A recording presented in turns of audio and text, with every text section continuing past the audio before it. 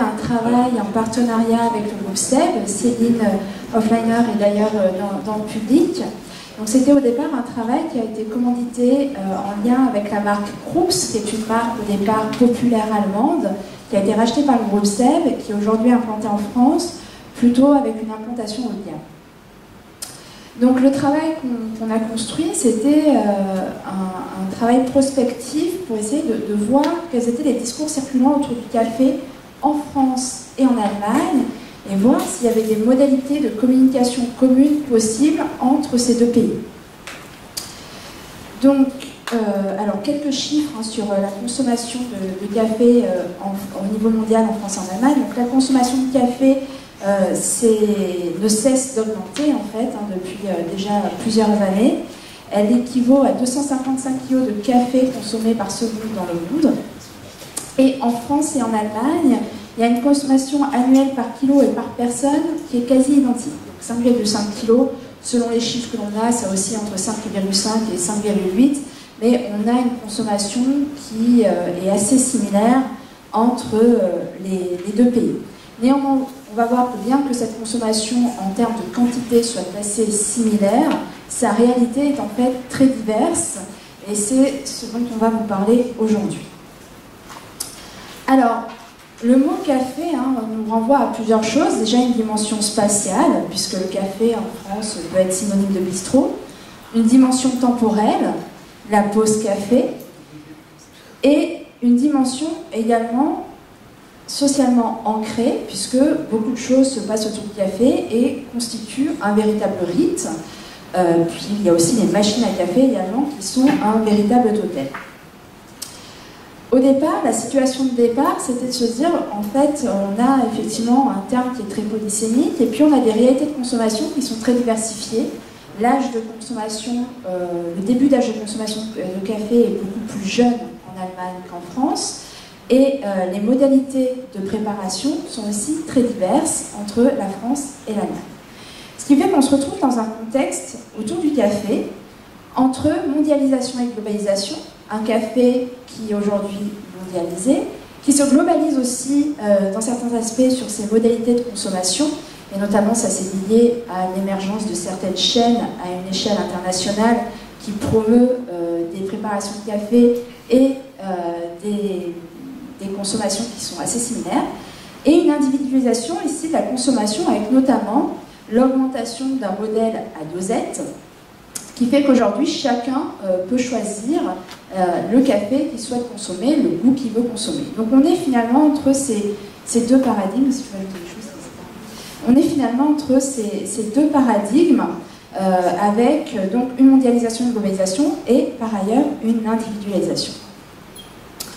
Donc le travail qu'on a conduit ici, c'est un travail qui visait à interroger donc, dans les deux pays, la France et l'Allemagne, la perception du café et sa culture, et on a entendu ici culture en tant que représentation qui s'en dégage. Pour revenir sur cette question de la mondialisation, finalement on se rend compte que lorsqu'on commence à travailler à des échelles mondialisées sur des modalités de consommation, sur des modalités de communication autour des produits, c'est toujours extrêmement complexe parce qu'il y a ce socle culturel très fort, et finalement lorsqu'on parle de culture gastronomique, on parle lorsqu'on parle de culture alimentaire, on parle de culture gastronomique, donc des produits qui sont là, des recettes qui sont là, une culture territoriale avec un terroir, et une culture historique, identitaire, où là c'est vraiment quelque chose qui est ancré depuis plusieurs années. On s'est placé un peu dans la logique qu'avait épousé Estelle Masson et Claude Fischler en 2008, lorsqu'ils avaient sorti leur ouvrage Manger, avec l'étude qu'ils avaient faite entre Européens et Américains, où ils avaient analysé comparativement les modalités de consommation dans différents pays sur le territoire européen et sur le territoire américain. On s'est également inspiré des travaux de Giada Danesi, qui a travaillé sur les modalités de consommation des jeunes adultes en France, en Espagne et en Allemagne, où elle avait conduit tout un travail sur le socle culturel et sur les modalités et les représentations alimentaires qui étaient diverses entre les deux pays, en expliquant ça notamment par le socle religieux, la France et l'Espagne étant des pays plutôt catholiques, majoritairement catholiques, l'Allemagne étant un pays chrétien avec une forte proportion de protestants. Et enfin, on s'est inspiré des travaux d'auteurs comme Ox, Porte-Corvo et Spazzolo, qui ont beaucoup travaillé sur la sociabilisation de l'enfant à la table et comment on amène à l'enfant à découvrir le goût et à découvrir les plaisirs de la table. Et elles ont notamment mené une étude comparative entre l'Italie et les États-Unis, montrant que là où en Italie on va inciter le côté transmission du repas, c'est maman qui l'a cuisiné, c'est la recette de ta grand-mère, là aux États-Unis on va plutôt favoriser les aspects nutritionnels, mange ta viande, c'est le produit du muscle. Donc on a regardé un petit peu tous ces travaux, ces comparaisons interculturelles qui avaient été faites pour essayer de monter une méthodologie ad hoc, et je vais revenir, hein, ça a été le gros nœud de ce travail-là, ça a été de monter un corpus et une méthodologie qui nous semble pertinente pour travailler sur un public franco-allemand, sur des valeurs communes autour des pratiques de communication. Pour revenir sur les valeurs communes, ici on n'a pas travaillé sur un discours sensoriel en tant que tel, on n'a pas travaillé sur la sensorialité en France ou sur la sensorialité en Allemagne du café, mais on a travaillé ici sur l'expérience du café avec un triptyque très cher à Jean-Jacques Cousteau, mot, moment, émotion, et nous faisant passer des saveurs aux valeurs, de l'expérience au modèle d'existence. Donc le nœud, je le disais, ça a été déjà la constitution d'un corpus, puisque comme nous sommes partis de l'expérience, nous sommes partis de l'expérience sensible. Et le sensible en tant que tel est difficile à saisir, difficile à caractériser et surtout difficile à transmettre. Transmettre le goût du café, l'expérience du café à une échelle interculturelle, on voit que cela pose tout un ensemble de problématiques qui sont assez complexes. Donc la première question, ça a été de construire un corpus ad hoc sur un corpus français et sur un corpus allemand. Et donc ici, comme on était sur les valeurs du café, l'expérience du café, on a voulu saisir différents types de discours. Donc des discours experts, des discours amateurs que l'on a captés sur des blogs ou sur des forums, des discours prescripteurs et des discours commerciaux. Ce qui fait que plusieurs... alors on a essentiellement regardé des outils, excusez-moi, des éléments disponibles en ligne, donc numériques, mais aussi un peu de papier avec des magazines. Donc on a mis dans notre corpus des sites internet, donc avec les éléments se rapportant à une valeur du café, donc en faisant des recherches par mots-clés tout simplement, des blogs, des forums, des magazines et des webzines. Donc j'y reviendrai, mais on a fait une analyse textométrique avec le logiciel Entron qui nous a permis donc de constituer une liste de termes qu'on a classés suivant leur récurrence dans les corpus. Alors on a utilisé sur les sources numériques Google en tant qu'agrégateur de sources, nous permettant finalement de voir quand je tape café, expresso, cappuccino, un ensemble de mots-clés que l'on avait définis, on avait défini une quinzaine de mots-clés autour du café, quelles sont finalement les informations auxquelles va avoir accès l'internaute. Donc au final, ce qui est déjà intéressant sur la constitution même du corpus, c'est que l'on voit déjà qu'il y a une différence sur les discours mis en circulation en France et en Allemagne. En France, on a beaucoup plus de discours prescripteurs et commerciaux, de sites commerçants. Là où en Allemagne, on a beaucoup plus de discours venant des consommateurs eux-mêmes, avec des blogs et des forums bien plus élevés qu'en France. Donc on voit que la composition du corpus, on n'a pas pu avoir un corpus tout à fait à l'identique, du fait que les sources initiales n'étaient pas tout à fait les mêmes. Néanmoins, on a essayé d'avoir quelque chose qui quantitativement était à peu près similaire. Donc 48 sources en France, 43 sources en Allemagne, pour un total de 91 sources. Donc quand on a passé dans le logiciel Entron, au départ on avait un corpus qui était intraitable en tant que tel, parce que bien trop foisonnant. Donc il a fallu procéder à différentes tâches de tri. Un premier tri a été fait en supprimant l'intégralité des termes dont la récurrence était inférieure à 10 exclus. Et le deuxième tri a été de supprimer les déterminants, les conjonctions de coordination, les autres termes non pertinents. Et donc là on s'est retrouvé avec une liste de 758 termes français et 855 termes allemands qui nous ont permis là d'avoir un corpus qui était traitable en ligne. Donc, ce que je disais au préalable, on a fait en premier lieu une analyse textométrique, mais je vous montrerai qu'on ne s'est pas arrêté là. Ensuite, on a fait une analyse terminologique en contexte. Donc, l'analyse textométrique, elle nous a permis de déterminer des termes reflétant des catégories significatives dans les deux langues, ainsi que deux catégories communes ont pu être élaborées à partir des occurrences en français et en allemand. Alors si on regarde ces deux catégories, l'authenticité, la production, la dégustation, la qualité, l'éthique, la santé, l'exotisme, la technique, l'historique et la temporalité. Donc c'est tout ce qui circule en termes de discours autour du café. Et là on peut se dire, bon, finalement, on recouvre un petit peu toute la réalité du café. On va de la production à la qualité, à ses dimensions santé comme le chocolat. Là aussi, il y a des dimensions santé qui sont soulevées pour le café. L'exotisme, notamment pour la provenance et l'origine. La technique, c'est tout ce qui va être sur comment moudre sous grain, les différentes moutures possibles. L'historique, toute l'histoire. La temporalité, c'est aussi le café qui vit, le temps du café et les moments autour du café. Donc, si on regarde tout ça, on peut se dire que finalement, ce que vous arrivez à sortir ici n'est pas véritablement spécifique. On trouve des choses que l'on trouve peut-être dans tous les pays, puisque finalement, ça englobe toute une réalité autour du café. Donc, on a voulu aller plus loin par rapport à ça, et c'est en ça que l'aide d'Anne a été aussi précieuse. Ça a été de travailler sur une analyse terminologique en contexte, pour aller plus loin sur les différents champs que l'on avait pu trouver. Alors là, je vais plutôt maintenant me focaliser sur l'authenticité et l'éthique, qui ont été deux dimensions qui nous ont particulièrement intéressées, puisqu'elles s'ancraient aussi dans une dynamique contemporaine de recherche de transparence pour les consommateurs. Alors, concernant l'éthique, on avait déjà une dimension quantitative, à savoir qu'on avait que 7 mots différents sur le corpus français et 168 occurrences, là où sur le corpus allemand, on avait 48 mots différents et 1103 occurrences. Donc on se rendait bien compte déjà que d'un point de vue quantitatif, on avait une complexité et une quantité bien plus importante sur le corpus allemand que sur le corpus français.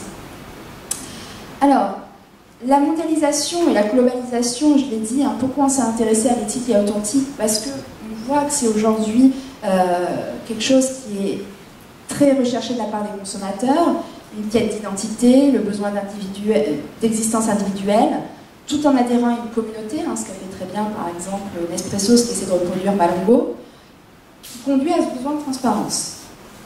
Néanmoins, on se rend compte que finalement, comme pour toute valeur, l'éthique en tant que telle revêt une réalité culturelle. Et parler d'éthique n'est pas un bloc homogène, bien qu'on soit sur le continent européen, bien que la France et l'Allemagne soient des pays voisins, on se rend compte que l'éthique, en fait, revêt une réalité très différente entre les deux pays et que finalement, les valeurs ici sont aussi très sensibles à la question du contexte culturel. Donc on a essayé de travailler plus spécifiquement ces valeurs-là et de voir leur réalité dans les deux corpus, dans le corpus français et dans le corpus allemand. Donc on est reparti de notre corpus et on a regardé finalement comment on pouvait sous-catégoriser le corpus avec d'autres éléments permettant de définir l'éthique. Alors finalement, l'éthique dans le corpus, ça revêtait des dimensions liées au bio, donc tout ce qui était issu de l'agriculture biologique, durable, tout ce qui était lié au développement durable et au comportement éco-responsable, économique, tout ce qui était lié aux producteurs, aux paysans et à leurs conditions de travail, environnemental, tout ce qui était lié au respect de l'environnement, donc la naturalité, qui était quelque chose qui nous a posé un petit peu de problème, mais qui était lié à tout ce qui était aux mots renvoyant une production en harmonie avec la nature. Et puis le social, tout ce qui renvoyait à la solidarité et au bien-être social. On a repris le corpus par rapport à ces sous-catégories et on a pu voir qu'en France, finalement, l'éthique était largement égale au bio, essentiellement, un petit peu au social et un petit peu à l'environnemental. Là où l'éthique avait une dimension beaucoup plus globale et holistique en Allemagne, avec des dimensions sociales, naturelles, naturalité, environnementale, durable, économique et bio. Donc on voit ici que la valeur éthique a une dimension bien plus large en France, bien plus large en Allemagne et bien plus étriquée en France, là où l'éthique finalement est plutôt égale au bio en tant que tel et assume moins encore les autres sous-dimensions. Ce qu'il faut dire aussi, c'est que c'est un corpus qui a été fait en 2016, peut-être que durant ces 2 dernières années ça a un petit peu évolué, mais on voit que la dimension éthique est bien plus large en Allemagne qu'en France. L'authentique, ce qui était intéressant, c'est que finalement l'authentique, on a fait exactement le même travail, on a sous-catégorisé avec différentes sous-catégories, donc 5 ici, la diversité, donc tout ce qui était lié aux différentes sortes de café, aux différentes manières de préparer, de déguster, à l'esthétique, à l'origine, aux propriétés, donc ça c'était tout ce qui est lié aux qualités et aux différents composants du café, et enfin à la tradition. Là, de manière assez intéressante, on voit que l'authentique a finalement une réalité assez similaire en France et en Allemagne. Donc, autant on voit que pour capitaliser sur tout ce qui est transparence, origine, terroir, l'éthique, on ne va pas pouvoir capitaliser de manière similaire, alors que pour l'authentique, on a la possibilité de mettre des valeurs communicationnelles et de valoriser dans le discours des éléments qui seront autant parlants pour la France que pour l'Allemagne. Donc, ce travail, l'intérêt de ce type de travail réside dans une méthodologie, avec une analyse transdisciplinaire, puisque ici on a eu un recours simultané à l'analyse textométrique, pondéré par l'analyse terminologique, que l'on a illustré par ces diagrammes radar, nous permettant de montrer qu'au-delà de la représentation du café et de la communication du goût, c'est bien le plan de profondeur du sensible qui est en jeu, du périmètre sensoriel des affects et aux problématiques sensorielles sociétales plus fortes, avec tout ce qui est lié aux constructions identitaires, aux enjeux de valeur et de représentation. Merci pour votre attention.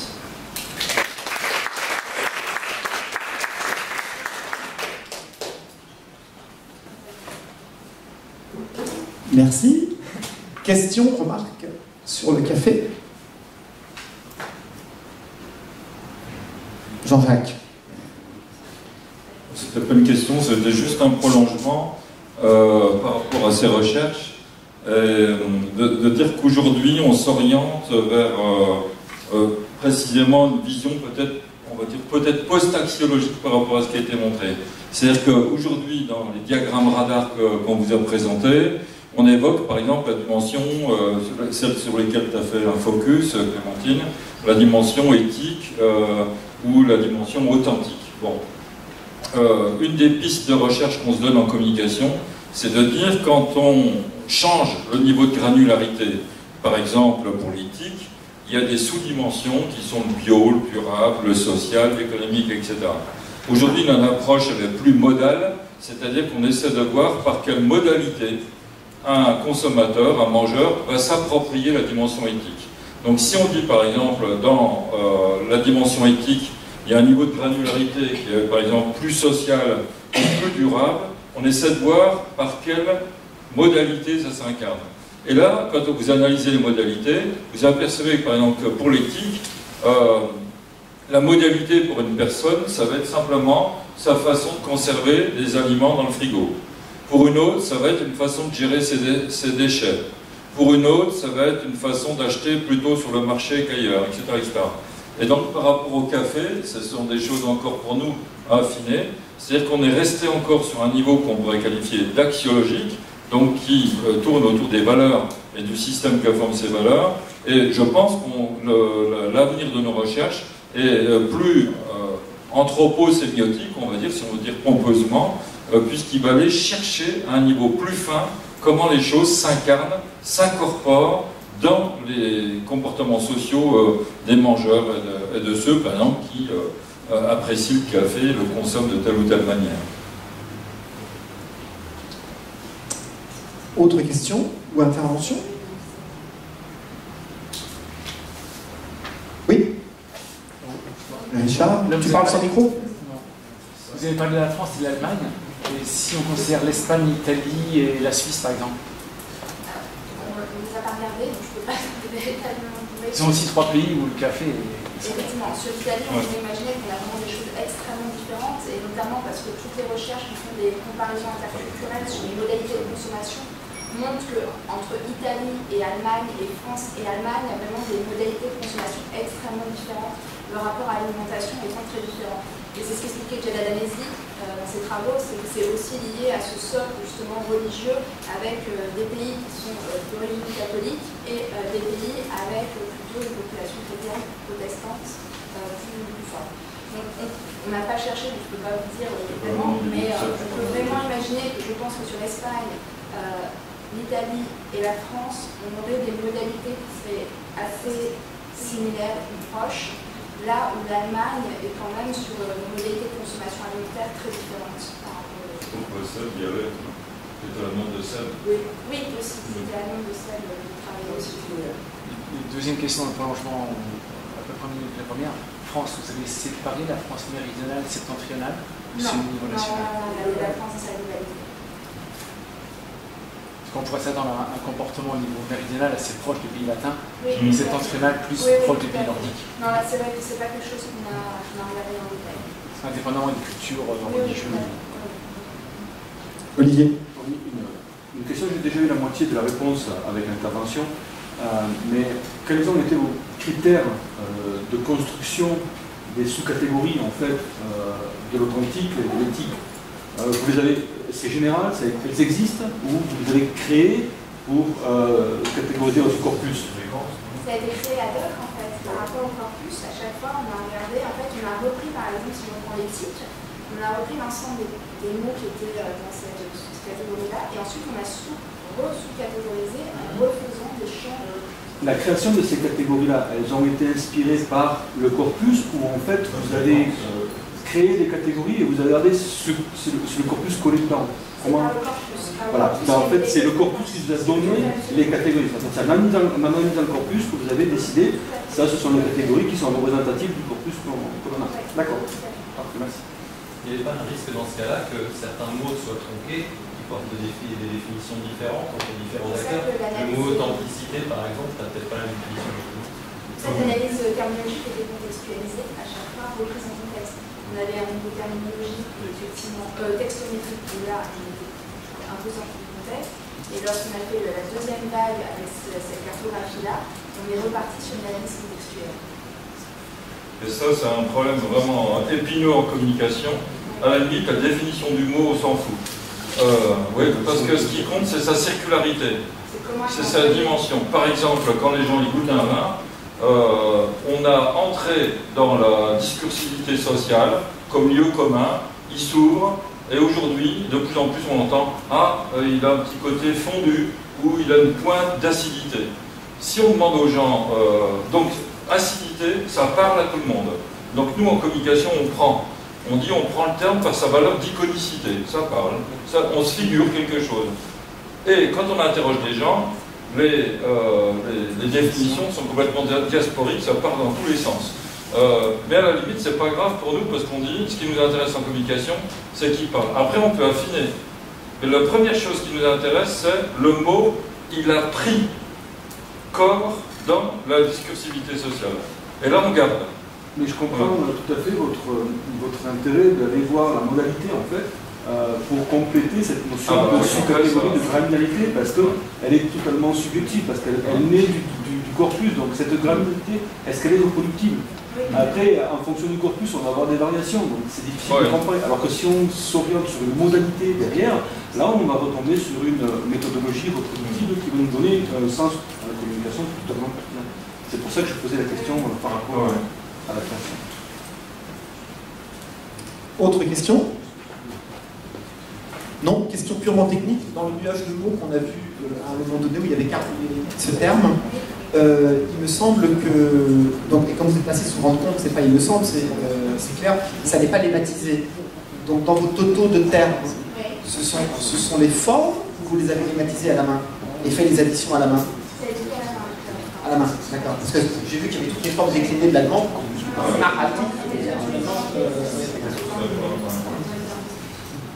On a vu aussi pour Robillard, je sais qu'il y avait. Oui, Robillard. Circulation circulaire. C'est bien. On aurait pu le faire. Pas d'autres questions? Non? Bien, merci encore pour cette intervention sur le café.